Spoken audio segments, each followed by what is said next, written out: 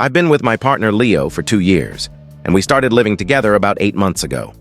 Leo has a 15-year-old son, Ethan, from a previous relationship, and Ethan's mother, Clara, has primary custody, while Leo has him every other weekend and during school holidays. 6 months ago, Leo lost his job due to company layoffs, and since then, I've been footing nearly all the bills, including the child support he sends to Clara monthly, as he couldn't stop payments without legal action. I'm a project coordinator with a solid income, but covering expenses for 2 households has strained my finances, especially since I have my own kids, Sophie, 8, and Max, 12, from my prior marriage. My ex-husband provides minimal child support, and my kids live with me full-time, so their costs mostly fall on me. Last week, Clara called Leo saying Ethan was expelled from school for harassing other students. This wasn't just typical teenage teasing. Ethan was targeting younger kids, making their school experience unbearable to the point where parents complained and threatened police involvement. The incident that led to his expulsion involved Ethan cornering a 7th grader in a restroom, demanding cash, and when the kid cried, Ethan assaulted him, recorded it, and shared the video with others. Clara told Leo she was done managing Ethan's behavior and wanted Leo to take full custody, meaning Ethan would move in with us permanently and enroll in our local high school. Leo agreed immediately without consulting me, and when I found out, I said we needed to discuss it first, as it impacts everyone in our home. Leo got upset, insisting Ethan is his son, and he won't abandon him when Clara's giving up. I clarified that I wasn't suggesting he abandon Ethan, but was worried about bringing someone expelled for bullying into a home with my young kids, especially Sophie, who's small for her age. I also noted our financial struggles, and adding another teenager would increase costs for food, clothing, and school supplies. Leo called me selfish, saying Ethan needs discipline and a father's guidance, and his behavior would improve living with his dad full-time rather than bouncing between homes. He claimed Ethan acts out due to feeling unwanted and unstable, and a steady home would resolve his issues. When I asked what would happen if Ethan targeted Sophie or Max, Leo said that wouldn't occur because Ethan only bothers strangers at school, not family.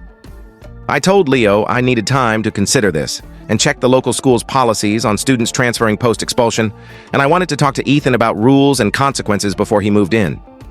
Leo said there was no time, as Clara wanted Ethan out by week's end, and if we didn't take him, he'd go to Leo's elderly parents, who are in their 70s and unfit to handle a troubled teen. Things got trickier when I spoke to my kids. Max recalled Ethan being unkind during past visits, like hiding Max's games and mocking his favorite shows. But Max stayed quiet to avoid trouble between me and Leo. Sophie said Ethan unsettles her because he glares at her and once called her artwork trash when she showed it to Leo proudly. I felt awful because I know Leo loves Ethan and wants to help him, but I must protect my kids and keep our home stable. Ethan's visits were always short, with a clear end date, but this would be permanent. I'm also concerned about finances, as Leo's still unemployed, and I'm stretched thin supporting everyone. When I raised my concerns again, Leo accused me of making excuses to reject Ethan, because I didn't want to handle someone else's troubled kid. He said if I truly loved him, I'd accept Ethan without hesitation, and my need for research and conditions showed I didn't see Ethan as family. Leo also blamed Clara's leniency for Ethan's issues, saying a stepmother who sets rules would benefit him. I suggested Ethan could stay temporarily while Leo found a place for just the 2 of them, but Leo called that absurd, saying we're meant to build a family together. He said splitting our household would undo our progress, and he can't afford a place without a job. I'm torn because I don't want to end things with Leo, but my instincts scream to protect my kids and our home's stability. Leo gave me until Friday to decide, saying if I refuse, he'll choose between sending Ethan to his frail grandparents or ending our relationship to find a place for him and Ethan. Am I wrong for hesitating to take in Ethan given his history? Or should I trust Leo that Ethan's behavior will improve with structure and give it a try? Update 1. Things spiraled downhill fast. I agreed to let Ethan move in because Leo said his parents couldn't take him after his dad had a health scare, and the stress of Ethan's issues would be too much. Leo framed it as Ethan moving in or going to foster care, and I couldn't bear being the reason a kid ended up in the system.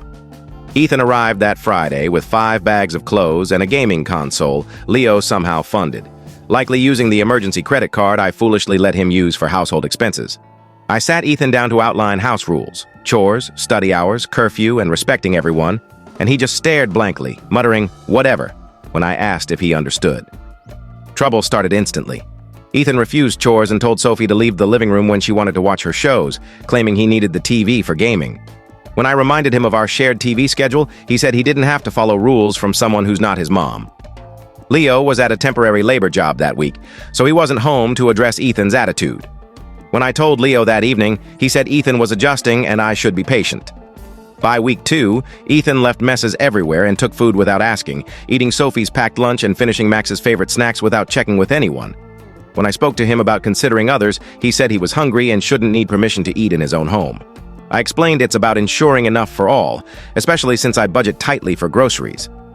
Ethan also started snooping through others' things. I caught him in Sophie's room, rifling through her desk, and he claimed he needed a pencil sharpener.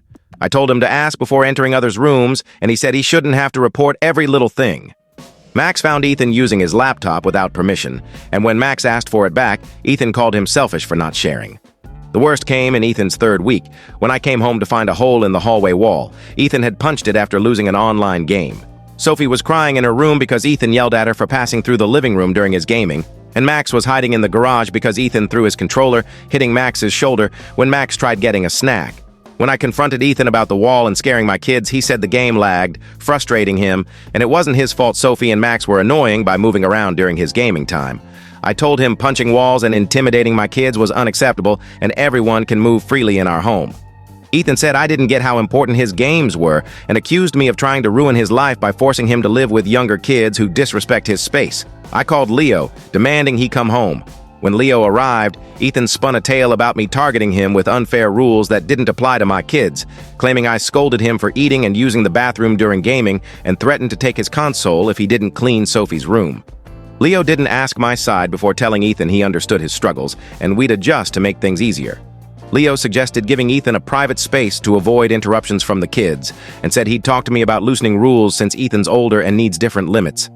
When I explained the truth about the wall and Ethan frightening my kids, Leo said teens like Ethan get frustrated easily and a hole isn't serious compared to worse trouble Ethan could find elsewhere.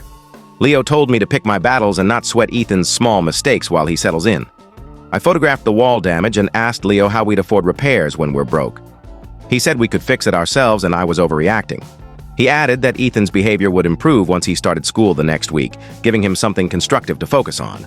But Ethan didn't start school as planned. The district needed more expulsion paperwork, and his old school delayed sending records. So Ethan's been home alone while Leo works temp jobs and I'm at work, and my kids are scared to be home with him after school. I arranged for Sophie and Max to stay at a neighbor's until I'm home, but I shouldn't need alternate childcare because I fear leaving my kids with someone in our house. Ethan complains my kids being around evenings restricts his freedom, and Leo suggested they spend more time at their dad's to give Ethan adjustment space. I'm realizing Leo prioritizes avoiding Ethan's issues over how Ethan's actions affect us, and I'm unsure how long I can manage this before it harms my relationship with my kids or disrupts our home's peace. Update 2. Ethan started school 2 months ago, but instead of getting better, his behaviors worsened. He comes home furious daily, ranting about teachers who don't get him and cliquey classmates he can't connect with. He calls the school dumb and the work too simple, but the grade portal shows he's failing most classes due to not studying and gaps from his prior school. When I offered to help him organize his schoolwork, he snapped that I'm not his mom and don't understand his struggles. Leo says Ethan's academic issues are typical for a kid facing upheaval, and his grades will improve once he feels settled, but it's been 3 months with no progress. Things with my kids have deteriorated further. Last week, Sophie was crying because Ethan told her she's a burden, and that's why her dad rarely visits. She asked me if it was true and if I'd send her away if she upset me, and I had to reassure her that Ethan was cruel, not truthful, and that parents don't abandon kids for being kids. When I confronted Ethan, he claimed it was a joke and Sophie's too fragile for teasing. I said his words were malicious, not playful, and demanded an apology. Ethan refused, saying Sophie's a crybaby and should go live with her dad if she can't handle teens. Max avoids shared spaces when Ethan's home, doing homework in his closet because Ethan took over the dining table with his laptop and told Max to find another spot. When I told Ethan the dining room is for everyone and Max needs it for schoolwork, he said he was there first. And I explained that Max's desk is too small for his projects, but Ethan shrugged it off as Max's issue. The gravest incident occurred 2 weeks ago when I worked late, and Leo was at his new evening job. Ethan was supposed to mind Sophie and Max for a mistake I now see. When I got home, Sophie was locked in the bathroom with Max guarding outside. Sophie said Ethan got mad when she switched TV channels during his gaming break, and when she tried fixing it, Ethan grabbed her arm, bruising it, and warned she'd regret touching his stuff again. Max intervened, so Ethan pushed him into a table, telling them to know their place since he's bigger. I was livid, photographed Sophie's bruises, and called Leo to come home. Ethan claimed Sophie was rude, ignoring his TV request, and he barely touched her arm to move her. He said Max exaggerated the push, claiming he only nudged him. Leo saw Sophie's bruises and said they weren't bad, suggesting Ethan's unaware of his strength due to a growth spurt and inexperience with younger kids. I told Leo Ethan's size doesn't excuse threats or harm, and this was the behavior I feared. Leo called me dramatic, saying Ethan didn't really hurt Max, and Sophie's bruises would fade soon, claiming blended families have normal sibling spats. I countered that Ethan isn't their sibling, and threatening kids isn't normal. Leo said Ethan's learning to interact with younger kids and needs time to adjust to family dynamics. The breaking point came last weekend when I found $40 missing from my emergency cash drawer after Ethan was home alone while I shopped. When I asked Ethan about it, he denied touching it, suggesting Sophie or Max took it for school purchases. I said my kids never take money without asking, and it was suspicious it vanished when he was alone. Ethan accused me of labeling him a thief because I dislike him, saying he shouldn't prove his innocence without proof. I noted the money was there before I left and gone when I returned, with Ethan the only one home. Leo said there might be other explanations, like me miscounting or misplacing it, and accusing Ethan without evidence could hurt his trust. I insisted I knew my cash count, but Leo said Ethan's endured enough without false accusations. I started locking my valuables in my room, but then my phone charger vanished from the kitchen, and Max's good headphones disappeared from his desk. When I asked Ethan, he said he doesn't track others' stuff and we should secure our belongings better. Leo keeps excusing Ethan, saying I'm too harsh on a kid rejected by his mom and seeking his place in our family. Leo claims Ethan acts out because he feels unwelcome, and more patience from me would improve his behavior. I'm exhausted being blamed for Ethan's actions, especially when he's harming my kids and stealing from us. Update 3. Last Thursday, I caught Ethan trying to sell drugs from our house, and everything's collapsed since. I came home early, feeling unwell, and saw Ethan talking to two unfamiliar older teens by our backyard gate. When Ethan spotted my car, he hurried them away, saying he'd text later. After they left, I asked who they were and why they were there. Ethan claimed they were school friends visiting, but I found it odd he met them outside instead of inviting them in, especially since he often gripes about having no friends at school. When I pressed why they didn't come inside, he said they were leaving and I was overanalyzing. His behavior seemed off, so I watched him closely and noticed frequent texts from unknown numbers. Ethan was secretive with his phone, taking it everywhere and keeping it hidden, unlike before. When Leo got home, I mentioned Ethan's visitors, saying it was nice he was making friends. Leo was surprised, noting Ethan had just complained about struggling to connect at school. At dinner, Leo asked about these friends, and Ethan vaguely said he met them in science class, and they liked his games. When Leo asked their names, Ethan stumbled, giving obviously fake ones. The next day, working from home, I saw Ethan acting nervous, checking his phone and peering out windows. At noon, he asked to walk to a nearby store for snacks, which seemed normal, but he usually just grabs kitchen food. I agreed, but asked him to return in an hour for family grocery plans. Ethan was gone nearly 2 hours, returning empty-handed. When I asked about the snacks, he said the store didn't have what he wanted, and he wandered the neighborhood for air.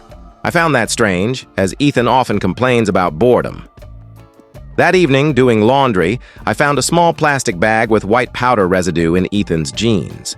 Having seen similar baggies from my brother's past addiction, I knew it was for drug sales. I photographed it and planned to confront Ethan with Leo. When I showed Leo, he said it might be something harmless, like energy powder, and I was assuming the worst. I insisted I recognized drug baggies, and with Ethan's odd behavior and visitors, it was clear what was happening. Leo got defensive, saying I was out to get Ethan because I never wanted him here. He suggested Ethan might be holding the bag for someone or found it, not selling. I demanded we search Ethan's room and check his phone's texts, but Leo called that a privacy violation that would alienate Ethan. I said Ethan hadn't earned trust and his actions warranted investigation. Leo accused me of paranoia, saying a search would undo Ethan's progress. While Leo showered, I searched Ethan's room, finding more empty baggies, a digital scale, and $300 cash in a sock, plus his supposedly broken old phone, which had texts about drug sales and meetups in our area. When I confronted Ethan, he first accused me of planting evidence to frame him. When I showed the time-stamped texts, he claimed he was holding drugs and cash for a struggling friend, not selling. I said I wasn't naive. The texts proved he was dealing from our house. Ethan finally admitted selling pills and weed to school kids and locals, saying it was minor since everyone does it and amounts were small. He claimed he needed money because Leo couldn't provide enough. When Leo saw the evidence, He couldn't deny it, but got mad at me for searching Ethan's room, saying I broke Ethan's trust. I said Ethan forfeited privacy by dealing drugs here, and I had every right to protect my home from criminal activity. Leo said I should have consulted him first, and now Ethan would never feel safe. I explained that Ethan's dealing could lead to police raids, asset seizures, or charges against us, as I'm the homeowner. I added that Ethan's customers knew our address, and drug dealing attracts dangerous people. Leo called me alarmist, saying Ethan only sold to school kids, not criminals, and police wouldn't care about small amounts. I countered that any dealing is illegal, especially near schools, and Ethan's older teen customers might tie to bigger networks. I gave Leo an ultimatum. Ethan leaves immediately or I call the police. Leo said that was extreme, suggesting we confiscate Ethan's drugs and phone and watch him closely. I said Ethan's escalating behavior, bullying, threats, theft, now drugs, showed he couldn't be trusted, and I wouldn't wait for worse. Leo accused me of abandoning Ethan like Clara did, saying I was ruining his chance at stability. I said my kids' safety and our home's security came first, and I wouldn't allow illegal activity here, no matter Ethan's hardships. Update 4. Leo chose Ethan over our relationship, and they moved out 6 weeks ago. After my ultimatum, Leo spent 3 days begging me to reconsider, saying Ethan vowed to stop dealing, and Leo would get him therapy for his behavior. He suggested Ethan stay with friends temporarily, then return under tight supervision. I said Ethan's broken promises and escalating actions made therapy or oversight insufficient. I noted Leo's constant excuses enabled Ethan, teaching him he faced no consequences, and I wouldn't risk my kids' safety on hopes of change. Leo called me harsh, saying families stick together through tough times, and kicking Ethan out would reinforce his belief nobody cares. He said if I loved him, I'd see he couldn't choose between Ethan and me. I said Leo already chose by prioritizing Ethan's desires over our safety. I pointed out Leo never disciplined Ethan or set consequences, always blaming others instead of teaching accountability. I called that enabling, not love, and harmful to Ethan long-term. Leo said I couldn't understand having a struggling child and claimed I'd act the same if Sophie or Max were like Ethan. I said if my kids threatened others, stole, or dealt drugs, I'd hold them accountable and seek help, not excuse them. When Leo saw I wouldn't budge, he arranged to move out with Ethan. He found an affordable apartment and transferred Ethan to a new school district for a fresh start, hoping a new setting would help. I felt guilty about our breakup, as I cared for Leo, but I couldn't compromise my kids' safety or home security. Leo suggested we might date again later if Ethan stabilized, but I said nothing would change if Leo kept ignoring Ethan's need for professional help and firm boundaries. They moved out on a Saturday, taking Leo's furniture and Ethan's gaming gear. Ethan didn't say goodbye to Sophie or Max, leaving his room trashed with wrappers and dirty clothes. I spent the weekend cleaning and fixing Ethan's damage, like patching the hallway hole and replacing stolen items. Sophie and Max were relieved Ethan was gone, but sad about Leo as they'd bonded with him. For a month, things were calm, and I assumed Leo and Ethan were settling in. Leo texted updates about Ethan's new school and their apartment, saying Ethan seemed happier and was making friends into gaming and music. 3 weeks ago, Leo called late, distressed. Ethan was arrested for drug possession with intent to sell after police found marijuana and pills in his backpack at school, following a tip about him dealing in the parking lot. Ethan claimed the drugs weren't his, but the quantity suggested distribution. Charged as a juvenile, Ethan faces possible detention if convicted. Leo asked if he should hire a lawyer or rely on a public defender. I said Ethan needed a strong lawyer to protect his future, but this arrest showed he hadn't learned and continued dangerous choices. I urged intensive therapy or residential treatment for Ethan's underlying issues. Leo said therapy was costly, with limited insurance coverage, and Ethan resisted counseling, claiming it wouldn't help. I wished Leo luck but said I couldn't be involved, needing to focus on my kids and our stability. I hoped Ethan got help but said Leo and Ethan must manage without my support. Leo agreed to limit updates to major developments. Last I heard, Ethan's case was pending, but his lawyer hoped for a deal avoiding detention if Ethan completes a drug program and stays clean for a year.